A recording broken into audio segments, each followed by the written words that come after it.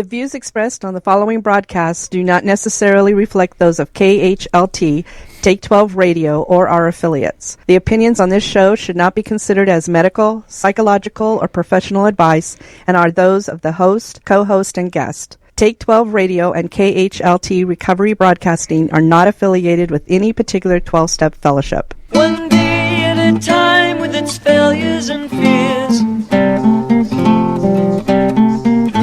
with portion of pain and burden of care, we must meet.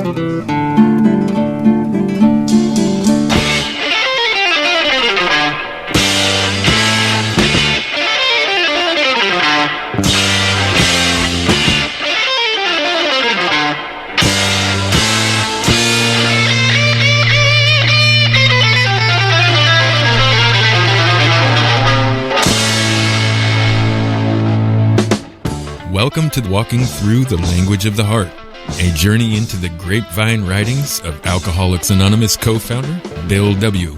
And now, here are your co-hosts, Chris S. and the Monty'man.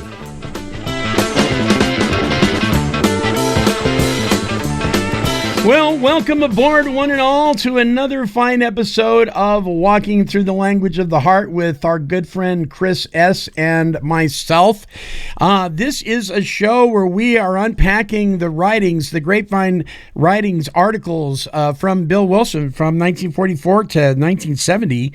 And we've been going through this thing line by line. And Chris is on the phone with me right now. I'm excited, Chris, because these are my two favorite all-time traditions that we're going to be talking about tonight. And the reason they're my favorite, because I have been deemed by several as the Andy Rooney of recovery radio, because a lot of my shows I can get very sarcastic and very overly opinionated. And I'll tell you why these two traditions excite me, because of the controversy that surrounds them so often, and because of the misunderstanding out of context that they are delivered at meeting level much of the time. And that kind of thing excites a talk show host. That's really great. Listen, it's great to be here. I'm glad these are two of your favorite traditions. We're gonna dig into them, and we'll have plenty of time to talk about what our informed perspective is. That's right. These particular traditions. That's right. Yeah. So whenever I think of these, I think of those two statements, right? Public relations and anonymity. So with that being said, launch us forth, my friend. Sure. It was one of the listeners' suggestions for us to actually read the tradition as it's been approved and it's in current literature, to give context, before we dig back in to the 1948 writing about that tradition. And I'll start by doing that. We're going to be doing traditions 11 and 12 tonight. And so the long form of tradition 11 is this: our relations with the general public should be characterized by personal anonymity. We think AA ought to avoid sensational advertising. Our names and pictures as AA members ought not be broadcast, filmed, or publicly printed.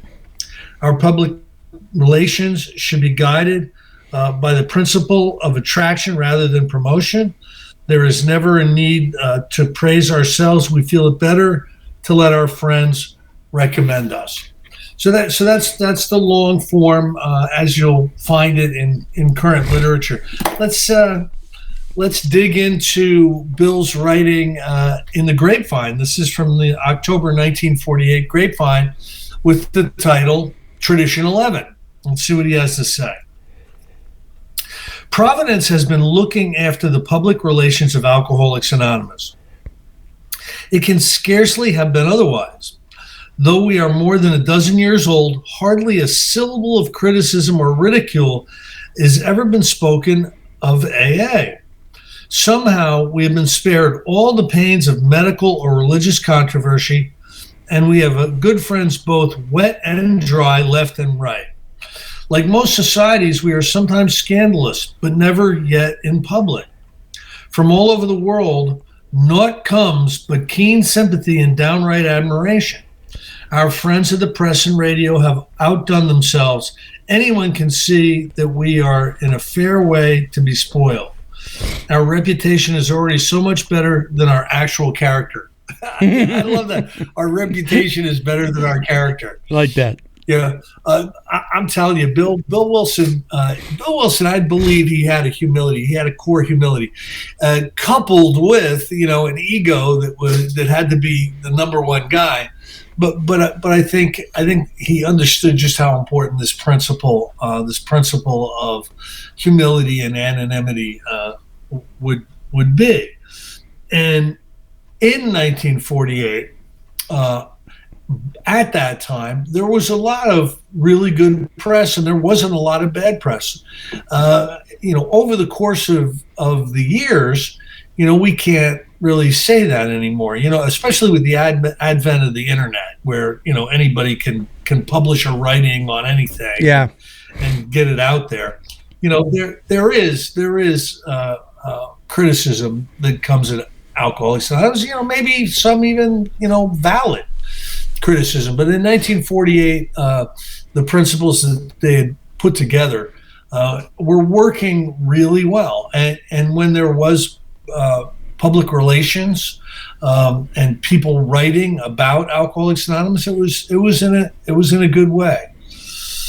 So he says here, surely the phenomenal blessings must have a deep purpose.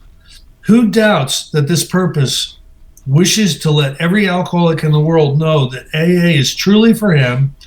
Can he only want his liberation enough?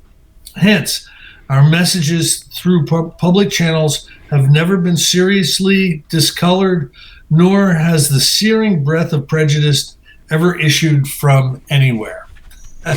It was a good time. Good public relations are AA lifelines reaching out to the alcoholic who still does not know us. For years to come, our growth is sure to depend on the strength and the number of these lifelines. One serious public relations calamity could always turn thousands away from us to perish. A matter of life and death, indeed. And, that may sound overly dramatic.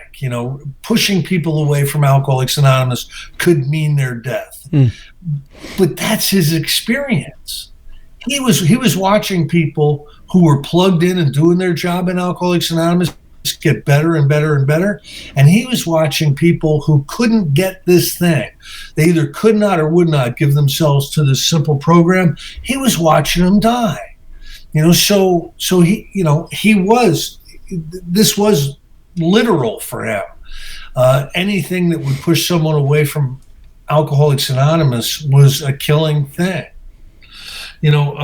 I want to talk about something, Monty, here that I think you want to talk about as well.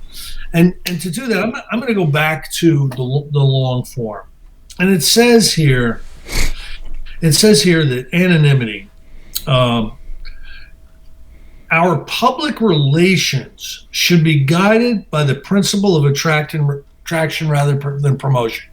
This is one of the areas I know we could talk about a misrepresentation, because I remember being in meetings many times, and the suggestion that we should be putting a meeting together to take it into a treatment center, or we should get a GSR, and you might want to be our GSR. Or, there's literature that could be taken to the jails, and people have basically used the language. It's attraction, not promotion, to be lazy and not do their job. Is this an experience that you've had, Monty? Yes. It has been almost purposely taught even that the public relations policy includes your personal story, and nothing could be further from the truth. It doesn't say that. And I guess I don't think it's limited to alcoholics. I think people, if they've got an ego at all, in general, like to put words in that don't exist to fit their own agenda. And I think this is one of the reasons, is because we want to find a way, an easier, softer way, even within the framework of the fellowship, not just our personal recovery.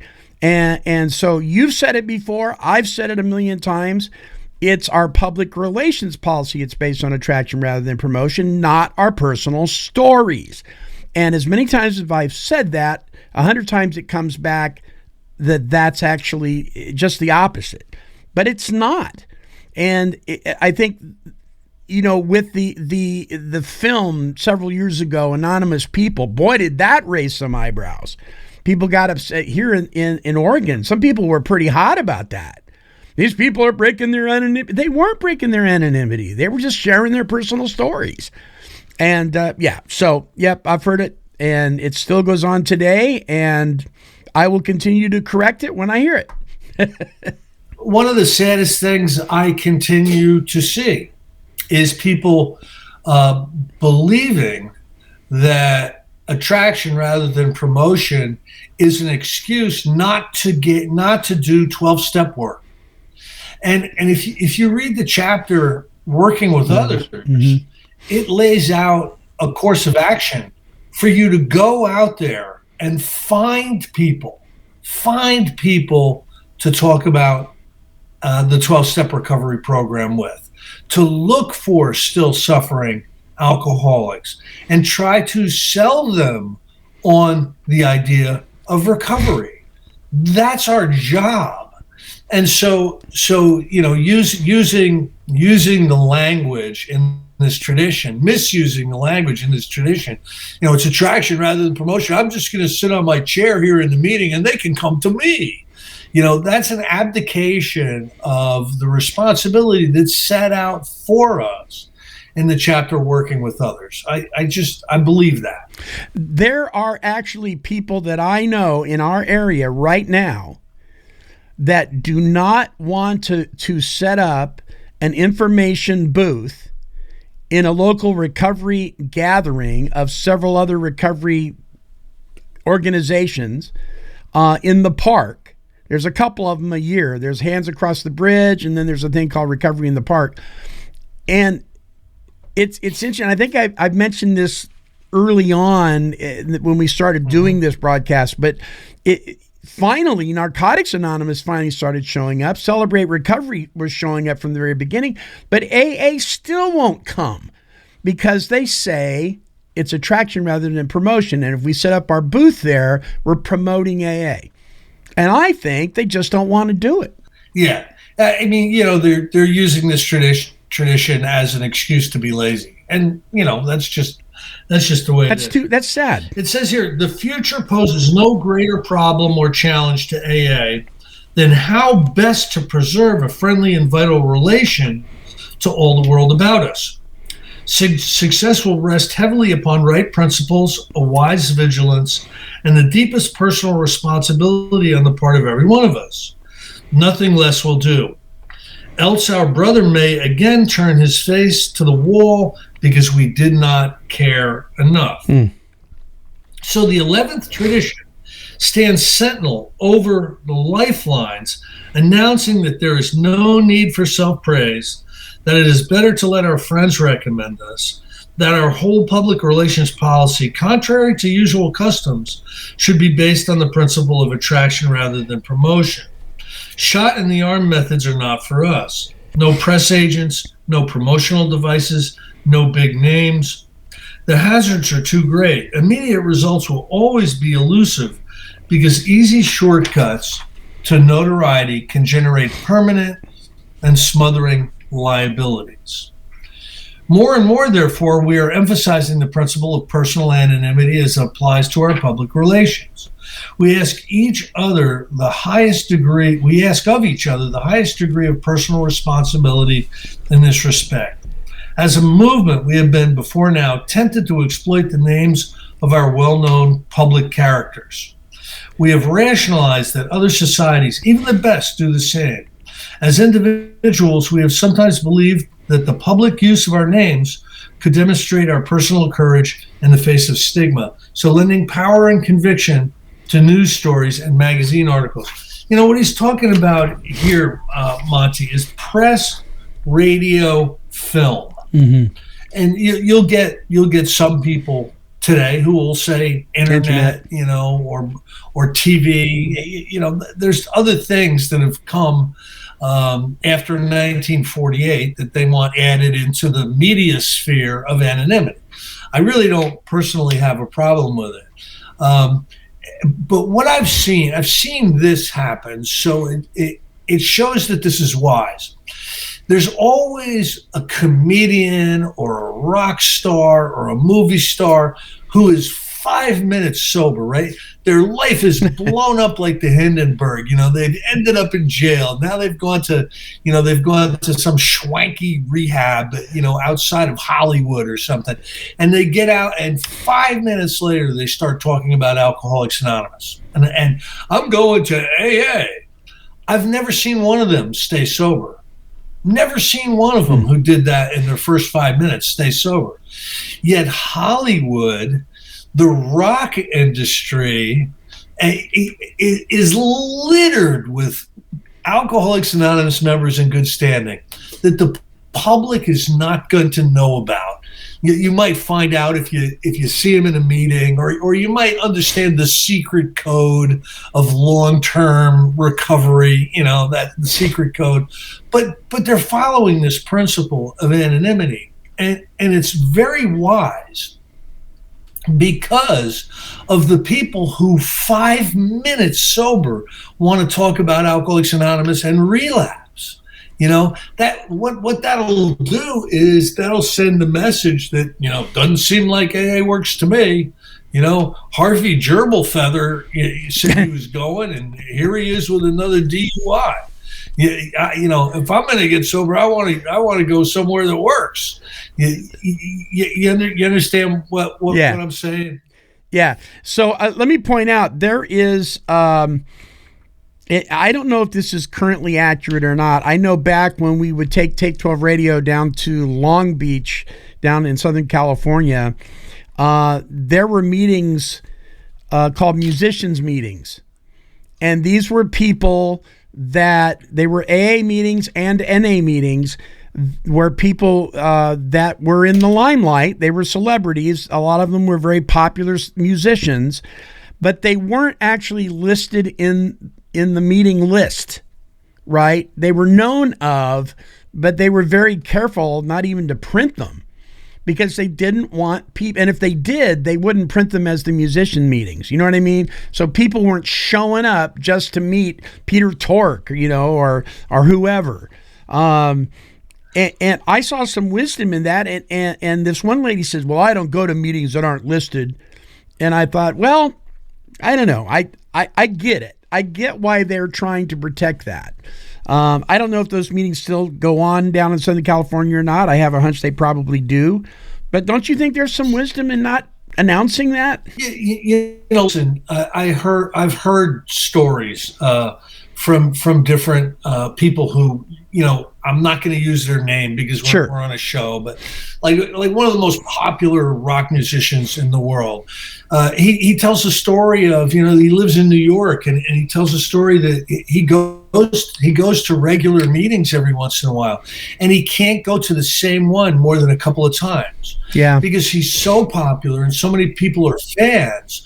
What'll happen if he starts going to 57th Street, you know, 8:00 Tuesday night meeting, there'll be 50 people there, but the next week there'll be 250 because they've all heard he's coming.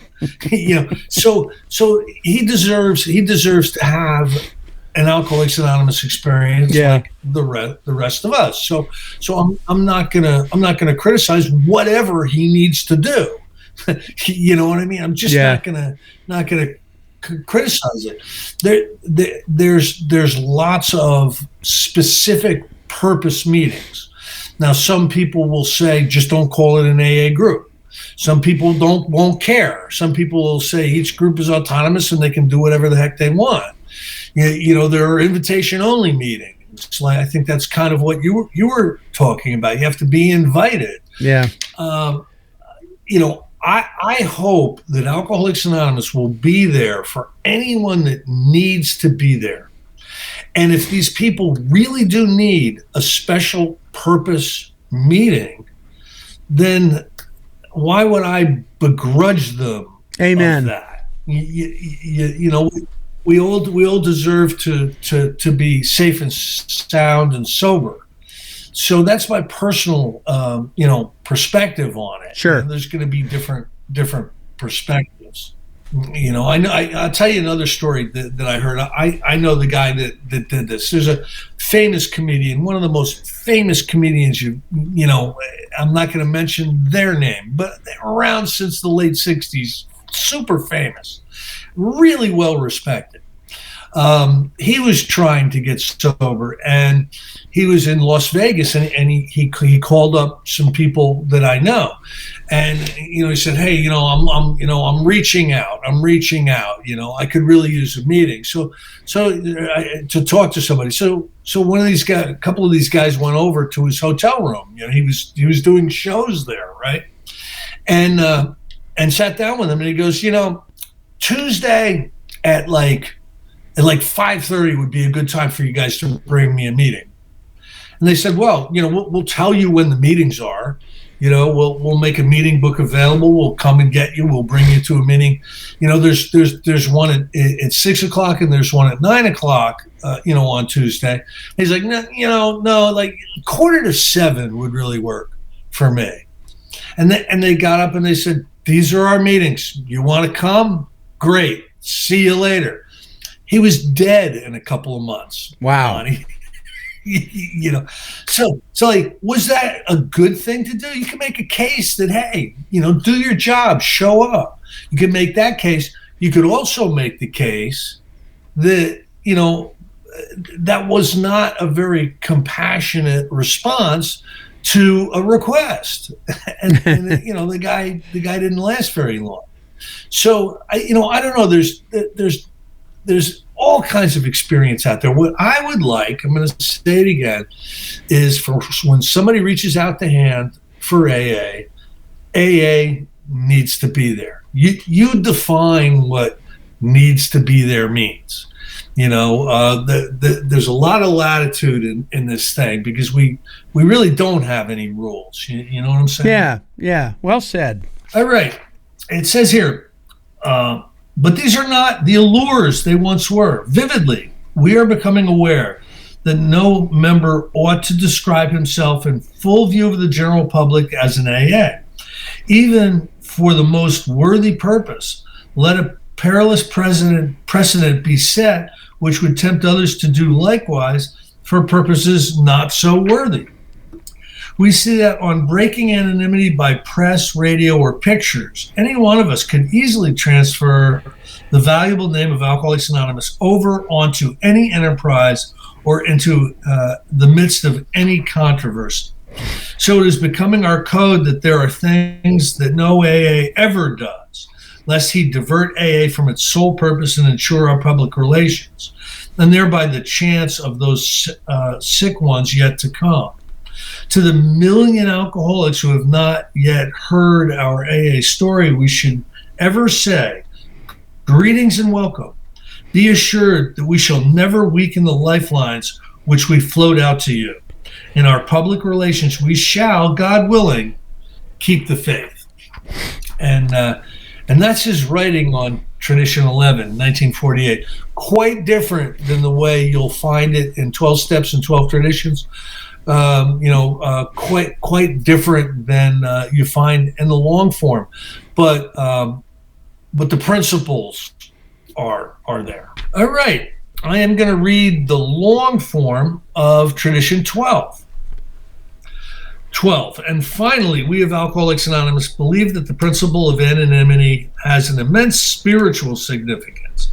It reminds us that we are to place principles before personalities, that we are actually to practice a genuine humility. This to the end that our great blessings may never spoil us, that we shall forever live in thankful contemplation of him who presides over us all. And that's the long form of the tradition, Monty. Let's see what he has to say in November 1948 about Tradition 12.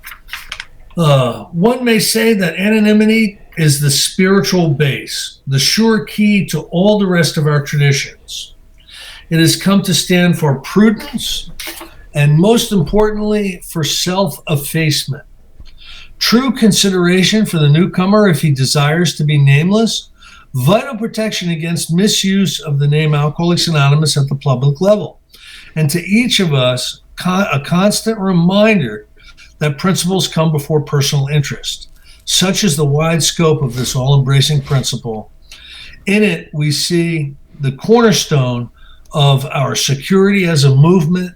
At a deeper spiritual level, it points us to still greater self-renunciation. You know, this particular tradition, there's something that just recently happened to me in the last week, Monty. I'm part of an organization. I'm a board member of an organization who has built a community center. Now, you're familiar with clubhouses. We've talked a lot about clubhouses in some of the earlier shows that we've done, right? Yeah. But in New Jersey, we just don't have them. You know, maybe there'll be one clubhouse in each ginormous county, but this particular organization built a giant community center and wants to welcome 12-step fellowships into this community center. And I put together a team of people from local recovery who came in, and, they're talking back and forth. And what my expectations were that these people would say, wow, what a great space. How cool. This is different. They're going to let us have midnight madness meetings here. We can have 7 o'clock in the morning meditation meetings. They're going to be open to anything we want to do in this community center. How cool is this? That was the response I was expecting to get. You want to know what one of the responses I heard just this week was? Nobody's going to want to come because of anonymity. They feel safer in the basement of a church. That's the response I got. Wow. I'm like, wow, I did not expect that. Now listen, if they personally feel that strongly about their personal anonymity, I got nothing to say about that. That's completely up to them. But I believe the principles in these traditions aren't focused specifically on an individual's safety. A lot of times they're focused on the organization's safety. So if I'm a humble member, I'm not gonna try to take the group over with a hostile group conscience and change it into something I want it to be. I'm gonna be one member, one vote, and be collaborative. That's really the principle I see in this particular tradition. What's your experience, Mike? Yeah, I've sat in business meetings where you have these power drivers that are very well spoken and can almost flip you from a viewpoint 1 minute into something else the next, very, very easily. And I've watched it go back and forth and almost wear out the business meeting. Again, the whole spirit of anonymity, I think that says it all right there. The spirit of anonymity. I think the humility thing comes in there. I think that we can become so humble that we're full of pride, if that makes any sense. I see more people pushing this agenda. We're afraid of the anonymity, our anonymity being broken, but when you look at the way their lives are reflecting what they say, it's not that way at all. I mean, the meetings, most meetings have a giant triangle above the door, or at the very least, everybody in the community by now knows that's an AA meeting, and everybody and their brother is standing outside before the meeting, at the smoke break, after the meeting, in view of everybody. And they're wearing T-shirts from the last convention and, out in public. But when it comes to something like this, they're screaming anonymity. So I'm not buying it, Chris. Press, radio, and films.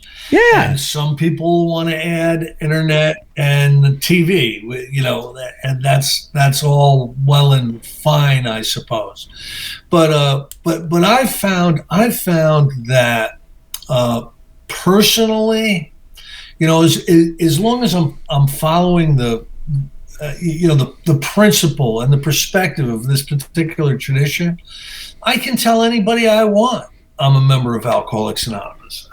There's ways that you can even do that without saying you're in AA. You can say, I'm a member. I'm someone who's in long-term recovery. That can mean a bunch of different things, but it's shorthand. And I've found that when I've done that, not in press, radio, and films, right, with a full picture and a last name, when I've done that, I've made myself a resource. Yes. To that individual, and the still sick and the still suffering alcoholic can reach out. I took a new job about 6 months ago, and right out of the gate, I told everybody in the company I'm in long-term recovery, and within 2 weeks, I was helping someone's daughter who is overdosing, to get into a recovery program, and she's doing great now.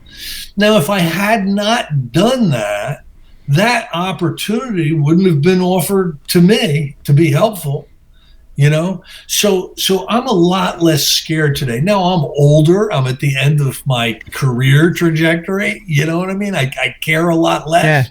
Yeah. If you're younger and you have some reservations about letting people in your company know you're an alcoholic, for God's sake, I can totally understand and respect that. But I've personally found that as long as I'm following these principles, I actually make myself more available to be helpful. Yeah. You know what I'm saying? Yep, I totally agree. We can become so anonymous that we end up sabotaging the very work that God's called us to do. So there's a marvelous piece of writing out there. I think it's even a pamphlet. And it's titled, Anonymity is Not Secrecy. Yeah. And it basically breaks down the misconception that we've got to hide underground in dark church basements. Sneaking through an alley to get into the meeting. It breaks down that myth. Anonymity does not mean secrecy. They're two different things. And as tradition 11 can be misused, tradition 12 can be misused to make us lazy. Yeah. To place ourselves in less of a position to be inconvenienced. You know what I'm saying? There are even some. It says here, Chris, there are even some that would go so far as to say you're not supposed to even use your last name within the fellowship. I remember getting scolded years ago in a 12-step fellowship. I won't mention which one, because I used my last name in the fellowship. And then I remember reading, I believe it's in Dr. Bob and the Good Old Timers. Dr. Bob makes the statement that there's no place for personal anonymity within the fellowship. I thought, well, that's interesting, isn't it? So then we come back to the difference between the program, the written literature, and somebody's opinion. Yeah, I agree with that. I absolutely agree with that. I'm going to visit somebody in the hospital. What room is Bob in? What's Bob's last name? Bummed out Bob. What room is he? He just goes by Bummed Out Bob. Well, we don't have a Bummed Out Bob here. If you don't know the person's last name, you know what I'm saying. So press, radio, films. We can throw in TV and the internet if we so choose to. That's where the anonymity. That's where anonymity protects the fellowship. And again, yes, does anonymity protect us? We're scared to death. Somebody's going to find out we're in AA. We didn't care, that they knew we would park on their lawn, 5 nights out of 7, But my God, they're going to find out we're in Alcoholics Anonymous. We can be paranoid like that. We want to be protective of the newcomer. But I think this is really about protecting the fellowship from us, because some of us can be pretty dangerous. Without adult supervision. You know what I mean? Yeah. So it says, I'm going to keep reading. It says, a glance at the 12 traditions will instantly assure anyone that giving up is the essential idea of them all. In each tradition, the individual or the group is asked to give up something for our general welfare. Tradition 1 asks us to place the common good ahead of personal desire. Tradition 2 asks us to listen to God as he may speak in the group conscience. Tradition 3 requires that we exclude no alcoholic from AA membership. Tradition 4 implies that we abandon all idea of centralized human authority or government, but each group is enjoined to consult widely in matters affecting us all. Tradition 5 restricts the AA group to a single purpose, carrying our message to other alcoholics. Tradition 6 points at the corroding influence of money, property, and personal authority. It begs that we keep these influences at a minimum by separate incorporation and management of our special services. It also warns against the natural temptation to make alliances or give endorsements. Tradition 7 states that we had best pay our own bills, that large contributions or those carrying obligations ought not to be received, that public solicitation using the name Alcoholics Anonymous is positively dangerous. Tradition 8 forswears professionalizing our 12-step work, but it does guarantee our few paid service workers an unquestioned amateur status. Tradition 9 asks that we give up all idea of expensive organization. Enough is needed to permit effective work by our special services and no more. This tradition breeds democracy. Our leadership is one of service, and it is rotating. Our few titles never clothe their holders with arbitrary personal authority. They hold authorizations to serve, never to govern. Tradition 10 is an emphatic restraint of serious controversy. It implores each of us to take care against committing AA to the fires of reform, political, or religious dissension.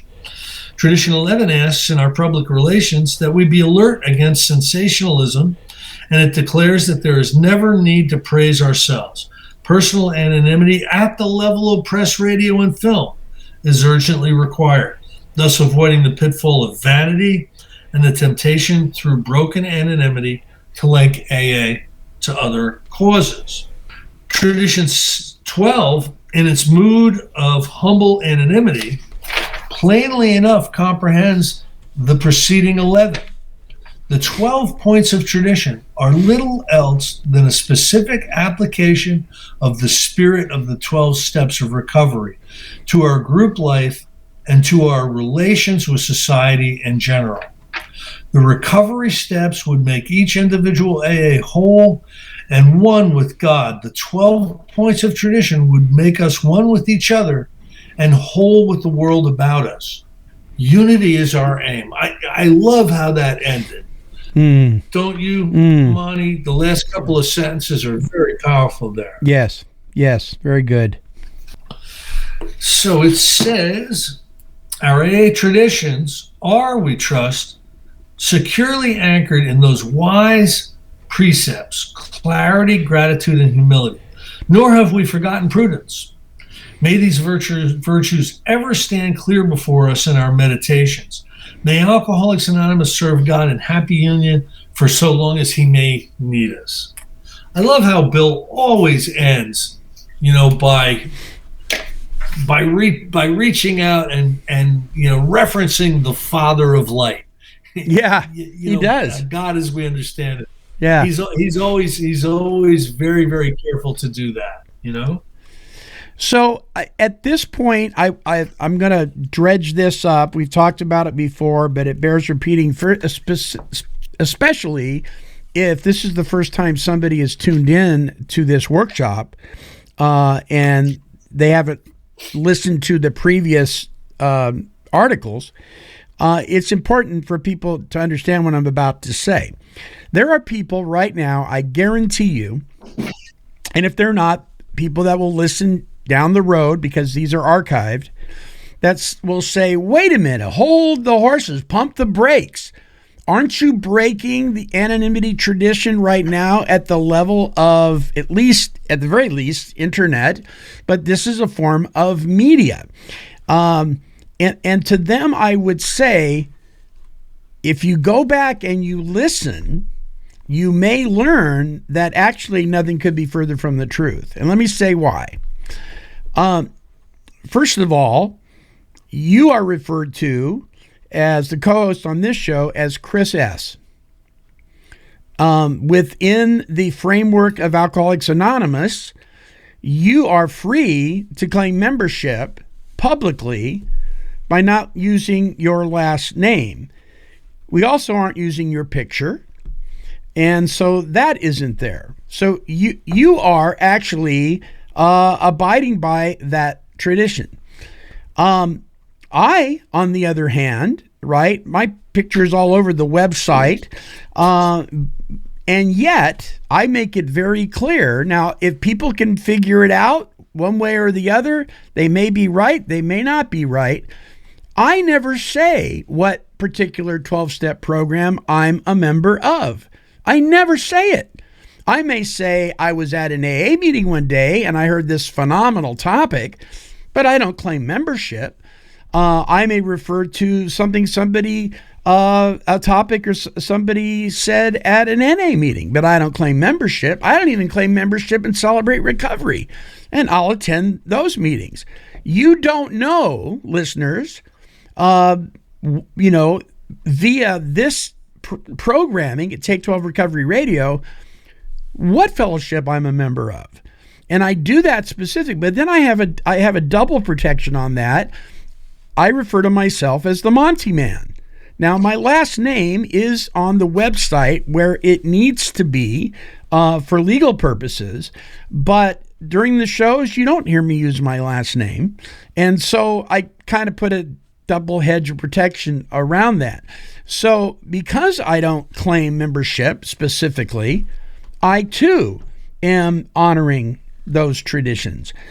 Also, in the beginning of the show, in every show we do, we let people know that Take 12 Recovery Radio and KHLT Recovery Broadcasting are not affiliated with any particular 12-step fellowship. We say that at the very beginning of the show. This is not AA. This is not NA, RCR, RCA. This is Take 12 Radio. And it's a separate entity altogether. So I hope that clears it up, because I know there are some naysayers. They're going to bring that up. I think it's rare. I think it's rare, but there are people who misunderstand the anonymity portion of the tradition. But I've done maybe 100 shows with you, Monty. I've never had one person complain to me that I'm breaking anonymity. If I was, believe me, people would let me know. But I think there's more of an informed, there's more informed people out there than there were 20, 30 years ago, because of things like your show, because of workshops, because of tradition studies. Yeah. We're more literate today than we were in the 90s or the thousands. Sure. As far as what all this stuff means. And I'll tell you, one of the things that I've seen, I especially see it in my area, is literature-based meetings are all over the place. Half the meetings now are literature-based meetings. People want to be informed. People want to have an experience with this stuff. It's different than it was, when you and I both got sober. Everything was discussion meetings and speaker meetings. That's all it was. Yeah.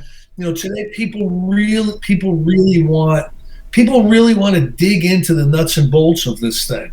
So you see a lot of people going to literature-based meetings, and you see a lot more informed members today. That's one of the things that I've observed.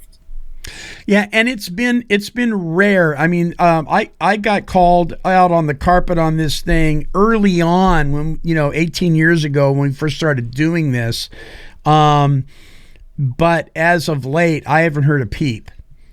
But there's always that one or two person, there's some sacred writing that states you're never a prophet in your own home. And that certainly is true here in the Willamette Valley. I have few listeners here than I do in Australia or Dubai, for instance. We got listeners in Dubai. We got listeners in Canada. We got them all over the place. But in my backyard, few and far between. But that's just kind of the way it goes. It's probably the way it should be. Probably the way it should be. I'll show up. I told you I've got something in Washington State. I'm going to show up there. I'm going to have a host, and there's going to be a line of people that want to meet me. And it's like, Chris. I go to my home group, and it's like, oh my God, I hope he doesn't raise his hand again. I totally understand. So, listen, humility. Humility. I have to take that in perspective. That's right. And I'm glad I can go to meetings and be just another meeting member. Going to a meeting. And not without any special, anything. Yeah. That's the safest spot for me. To not be special is the safest spot for me. I agree. To not be a prophet in your hometown, I think, is a good thing, Mike. Yeah. There's a 12-step fellowship meeting that meets up in Salem, Oregon, that I will drop in on once in a while, and it's like, well, who's that guy? I like being the who's that guy, and it's filled with a bunch of old crotchety, big book thumping, dyed-in-the-wool, dogmatic, and I love it. I absolutely love it. These guys stand up to do the Serenity Prayer. They stand up to do the Lord's Prayer. Hats off. You take your hat off when you come in. I mean, it's pretty cool, man. And so that's a lot of fun. Well, Chris, this has been a great episode. Thank you so much, my friend. Monty, it's always a pleasure. All right, everyone, our email address is take12radio. That's the number 12, take12radio@comcast.net. Please drop us an email. Let us know what you think.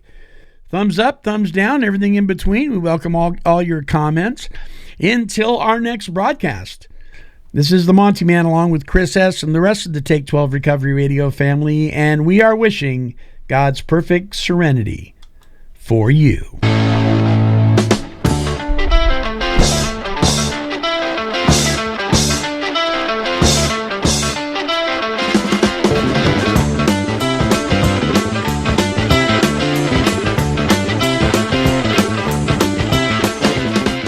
For more recovery workshops with Chris S. and the Monty'man, visit our website at take12radio.com and click on the Recovery Workshops banner.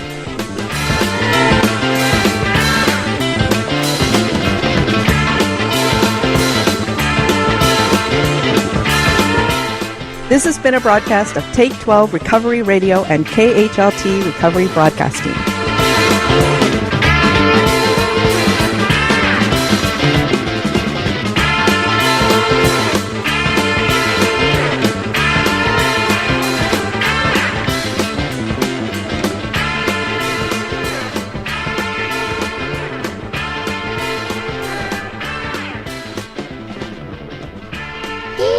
Kitty, kitty, kitty, kitty. Meow, meow, meow. Woof.